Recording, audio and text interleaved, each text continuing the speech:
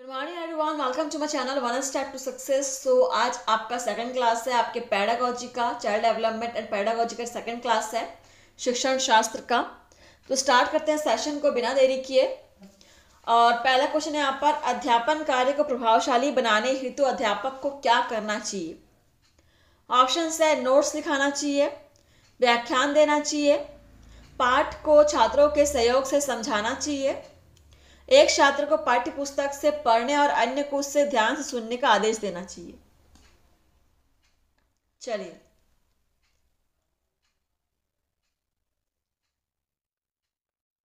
Options को पढ़िए और आंसर करने की कोशिश कीजिए।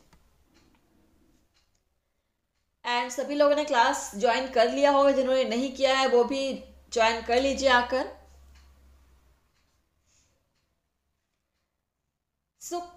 अध्यापन कार्य को प्रभावशाली बनाने के लिए सबसे बेहतर आंसर है यहाँ पर, पाठ को छात्रों के सहयोग से समझाना चाहिए। ठीक है, अगर आप कोई पाठ पढ़ा रहे हो तो उसमें बच्चों की भी आप सहयोग लीजिए। नेक्स्ट है हमारा क्वेश्चन नंबर 38। निम्नलिखित में से कौन सी शिक्षण विधि आपकी राय में सर्वश्रेष्ठ है। ऑप्शन है, नोट्स देना, व्याख्यान देना, व्याख्यान और नोट्स का सम्मिलित रूप, सामूहिक परिचर्चा। कौन सी शिक्षण विधि आपकी राय मतलब हमारी राय में सर्वश्रेष्ठ है।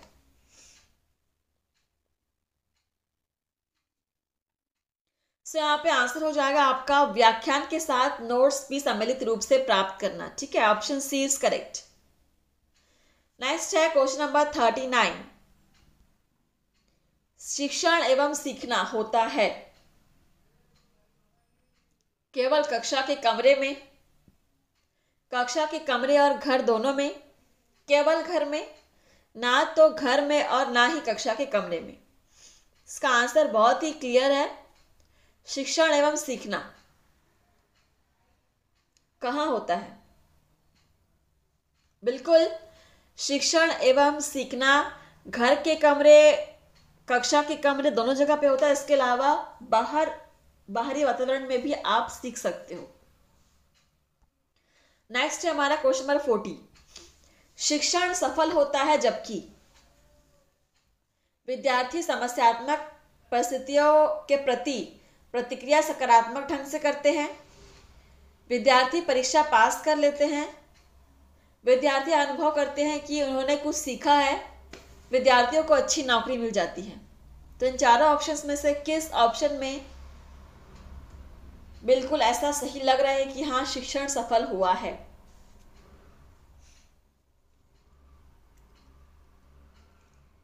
तो अच्छी नौकरी मिल जाएगी तो उन्होंने शिक्षण सफल हो गया जरूरी नहीं है। ठीक है, तो जब विद्यार्थी स्वयं में यह अनुभव करता है कि उसने कुछ सीखा है, तब शिक्षण जो है वो सफल होता है। Option C is correct. Next है क्वेश्चन नंबर 41। एक शिक्षक को अपने छात्रों के नाम जानने चाहिए, इससे क्या लाभ होगा। ऑप्शन है, छात्र गलत कार्य करने से डरेंगे, छात्र शिक्षक के अधिक संपर्क में आएंगे, छात्र अनुशासित रहेंगे, उपरोक्त सभी लाभ होंगे।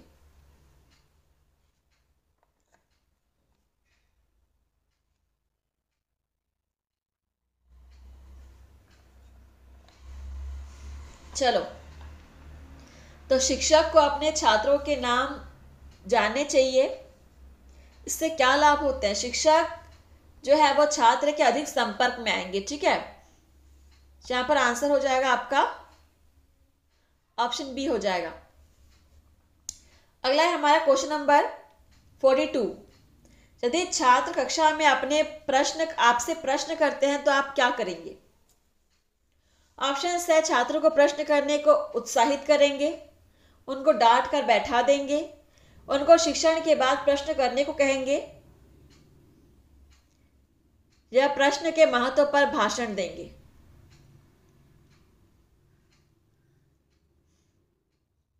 यदि छात्र कक्षा में आपसे प्रश्न पूछते हैं, अगर आप एक टीचर हैं तो आप क्या करेंगे। बिल्कुल, जो छात्र प्रश्न पूछते हैं उनको उत्साहित करेंगे। ठीक है, option first is correct. Question number 43। यदि छात्र पाठ्य वस्तु में रुचि नहीं ले रहे हैं तो आप निम्नलिखित में से क्या करना पसंद करेंगे? शिक्षण को रोचक बनाएंगे, अरुचि के कारण जानने का प्रयास करेंगे, स्वयं शिक्षण में रुचि लेंगे या रुचि लेने वाले छात्रों का उदाहरण देंगे?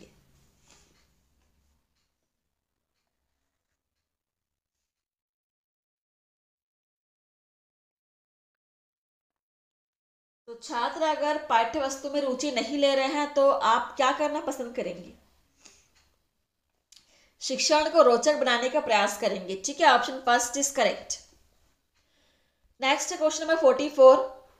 छात्रों में प्रश्न करने की युक्ति का विकास करने हेतु क्या करना उचित होगा? ऑप्शन से उनको प्रश्न पूछने का अभ्यास कराना चाहिए, उनसे प्रश्न पूछते रहना चाहिए, घर पर प्रश्न हल करने को देना चाहिए, या फिर उनको प्रश्न के उत्तर देने को कहना चाहिए। छात्रों में प्रश्न करने की युक्ति का विकास करने के लिए इन चारों ऑप्शन में से क्या करना सबसे बेहतर होगा?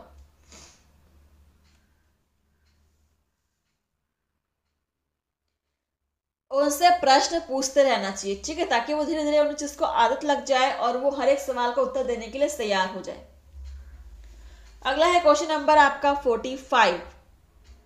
विद्यार्थियों को प्रदान किया गया शिक्षण प्रभावी हो सकता है यदि अध्यापक को विषय में रुचि हो, बालकों के मानसिक स्तर के अनुरूप शिक्षा दी जाए, बालकों के शारीरिक स्तर के अनुरूप शिक्षा दी जाए, एक ही विषय वस्तु को कई बार दोहराया जाए।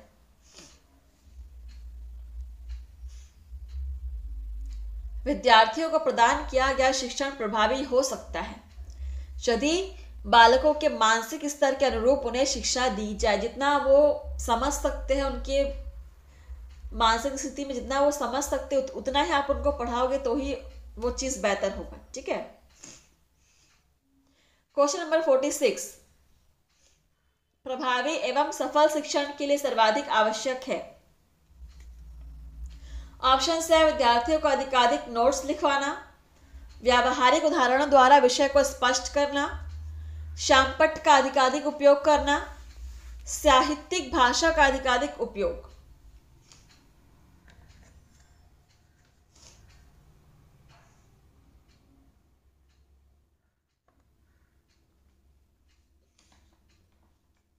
प्रभावी एवं सफल शिक्षण के लिए सर्वाधिक आवश्यक क्या है? तो यहाँ पे आंसर हो जाएगा व्यावहारिक उदाहरणों के द्वारा विषय को स्पष्ट करना। ठीक है, अगला है क्वेश्चन नंबर 47। केवल शिक्षक ही देश और समाज में जागृति ला सकते हैं क्योंकि वही एक सचेत व्यक्ति है, वही छात्रों को दिशा दिखा सकता है, वही नवीन खोज कर सकता है, या वही सदैव पठन पाठन करता है। क्वेश्चन में कहा गया है कि केवल एक शिक्षक ही है जो देश और समाज में जागृति ला सकते हैं।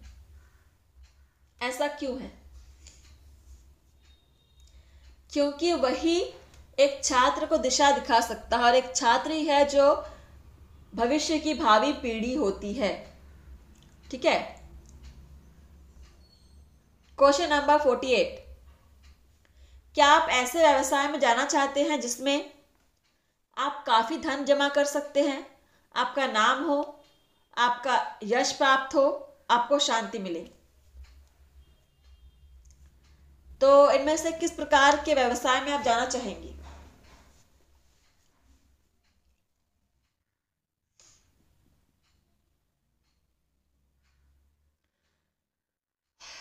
सो यहां पर आंसर हो जाएगा जिससे आपको शांति मिले। Option D is correct. अगला है 49 नंबर क्वेश्चन। वर्तमान में राष्ट्र की प्रगति के लिए आवश्यक है। ऑप्शन है श्रेष्ठ रूप से प्रशिक्षित अध्यापक का होना, विद्युतीकरण का होना, संचार साधनों का विकास करने में, औद्योगिकरण का होना।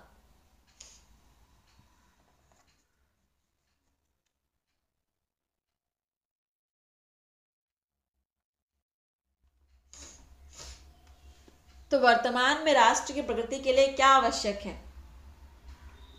सभी क्लास को सब्सक्राइब कर लीजिएगा और डेली आप लोग क्लास अटेंड कीजिए, ठीक है। सो वर्तमान में राष्ट्र की प्रगति के लिए आवश्यक है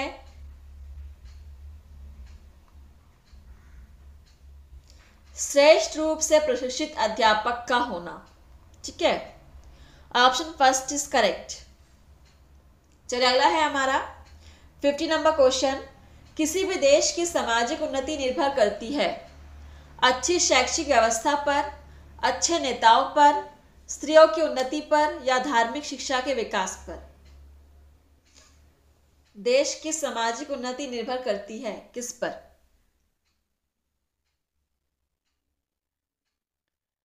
तो किसी भी देश की सामाजिक उन्नति निर्भर करती है अच्छी शैक्षिक व्यवस्था पर, ठीक है, कि इस देश की शिक्षा व्यवस्था कैसी है। अगला है हमारा क्वेश्चन नंबर 51।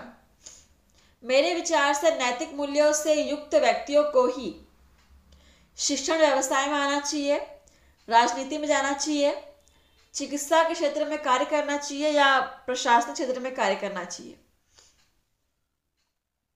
तो नैतिक मूल्यों से युक्त व्यक्ति को ही शिक्षण व्यवसाय में आना चाहिए, बिल्कुल सही बात है, ऑप्शन फर्स्ट इज करेक्ट। अगला है हमारा क्वेश्चन नंबर 52। अध्यापन कार्य है सामाजिक दायित्व निभाने का, देशोत्थान का, धार्मिक जागृति का या स्वाभिमान के साथ कार्य करने का। बहुत ही बेहतरीन क्वेश्चन है। अध्यापन कैसा कार्य है?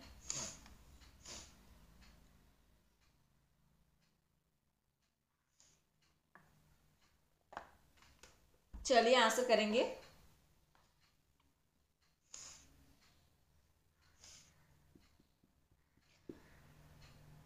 अध्यापन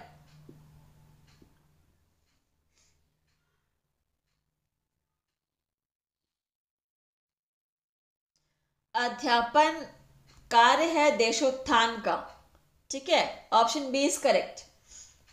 क्वेश्चन नंबर है हमारा अगला 53 नंबर क्वेश्चन। अध्यापन व्यवसाय में संलग्न व्यक्ति निर्धन परिवारों से होते हैं, संकीर्ण विचारधारा के होते हैं, उच्च व्यक्तित्व के धनी होते हैं, जातिवाद से पीड़ित होते हैं।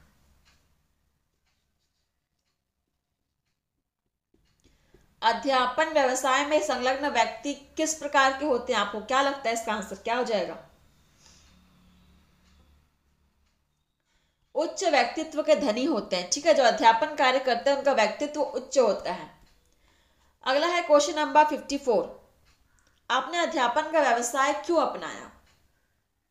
ऑप्शन से आपके अभिभावक यह चाहते थे, आपके मित्र के कहने पर, आपके कुटुंब में इस व्यवसाय में कोई नहीं है या आपको इसमें रुचि है। अगर आप एक टीचर बनना चाहते हैं या फिर आपने टीचर बनना चुना है तो इस व्यवसाय को आपने क्यों चुना है?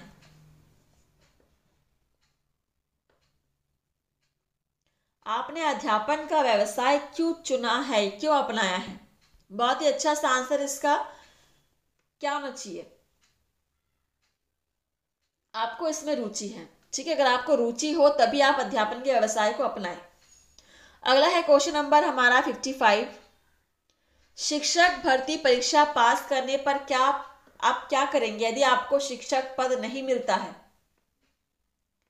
कोई अन्य नौकरी करेंगे, देश के किसी भाग में शिक्षक बनने का प्रयास करेंगे, पश्चाताप करेंगे कि परीक्षा देने में समय बर्बाद क्यों किया, या उपरोक्त सभी? चलिए बताइएगा। शिक्षक भर्ती परीक्षा पास करने पर अगर आपको जॉब ना मिले, अगर आप शिक्षक पद हासिल नहीं कर पाए तो क्या करेंगे? कोशिश करते रहेंगे, ठीक है, कि देश के किसी भी भाग में शिक्षक बनने का प्रयास करेंगे। Option B is correct. और अगला क्वेश्चन है 57 number question, sorry 56 number question. नीचे कुछ व्यवसायों को दिया हुआ है, इनमें से इन सब में एक ही बराबर वेतन हो तो आप किसे पसंद करेंगे? जाहिर सी बात है हम शिक्षक बनना चाहेंगे, ऑप्शन डी इज करेक्ट। वेतन सबके समान हो तो। अगला है क्वेश्चन नंबर 57। प्राथमिक स्तर पर शिक्षण का सबसे अच्छा तरीका क्या है? ऑप्शन है परंपरागत चैंपट और चौक विधि, स्वयं सीखना, करके सीखना, खेल विधि। प्राथमिक स्तर की बात किया जा रहा है। प्राथमिक स्तर पर शिक्षण का सबसे अच्छा तरीका खेल विधि। ठीक है, खेल विधि सबसे बेहतर होता है प्राथमिक स्तर पर। अगला है क्वेश्चन नंबर 58। शिक्षक भर्ती परीक्षा पास करने के बाद आप क्या पसंद करेंगे? घर के पास विद्यालय में शिक्षक बनना, सरकारी नौकरी प्राप्त करना, अंग्रेजी स्कूल में काम करना, या कहीं भी शिक्षण कार्य करना। तो अगर आप शिक्षक भर्ती परीक्षा पास कर लेते हैं तो आपके अंदर ये भावना होनी चाहिए कि अगर मुझे सरकारी नौकरी ना भी मिले तो भी मैं कहीं ना कहीं शिक्षण कार्य को जरूर करूंगा या करूंगी। ठीक है, तो कहीं भी शिक्षण कार्य करना ये आपका होना चाहिए, आपकी पसंद, आपकी रुचि। अगला है क्वेश्चन नंबर 59 और आज का लास्ट क्वेश्चन है। आप शिक्षण क्यों करना चाहते हैं? यह सबसे सरल है, इसमें सफल होना सरल है, शिक्षण में मुझे रुचि है, क्योंकि मेरे अभिभावक यह चाहते हैं। चलिए, लास्ट क्वेश्चन है। आप लोग चैनल को लाइक, कमेंट, शेयर करना मत भूलिएगा। और जितना भी आपने अभी सीखा है, पढ़ा है, उसको आप घर पे जाकर के या फिर क्लास के बाद आप रिवीजन जरूर कीजिएगा। चलिए, तो यहाँ पे आंसर क्या हो जाएगा? आप शिक्षण क्यों करना चाहते हैं? क्योंकि मुझे शिक्षण में रुचि है। Option C is correct. तो चलिए, सेशन यहाँ पर समाप्त हुआ। मिलते हैं आपसे नए क्लास में। आज के लिए इतना ही। धन्यवाद। आप लोग ऐसे डेली क्लास अटेंड कीजिए। Thank you.